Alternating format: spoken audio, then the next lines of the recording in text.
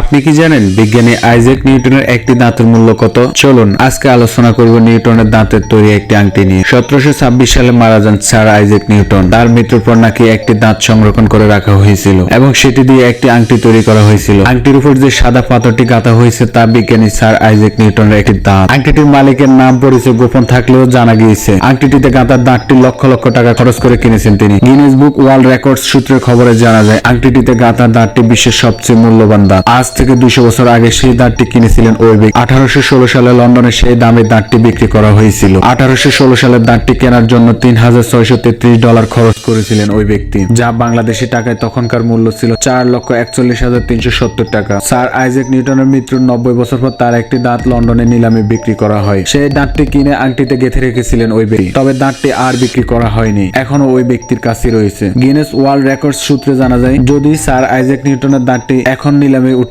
তবে তার মূল্য লাফিয়ে লাফিয়ে বৃদ্ধি পাবে। জানা গিয়েছে ওই দাঁতটি বিক্রি করলে তার মূল্য দাঁড়াবে $35,700, যা বাংলাদেশি টাকায় $43,37,166 টাকা।